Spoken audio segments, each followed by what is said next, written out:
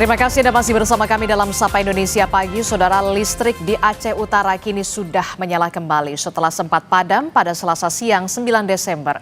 Warga pun berangsur beraktivitas.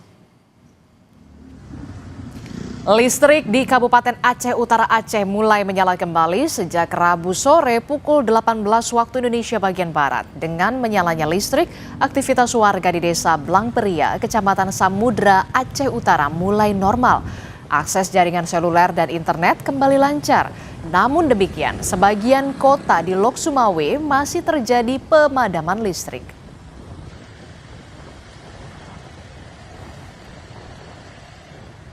Listriknya berarti dari kemarin, nyalanya berarti sekitaran jam 6 pagi sore.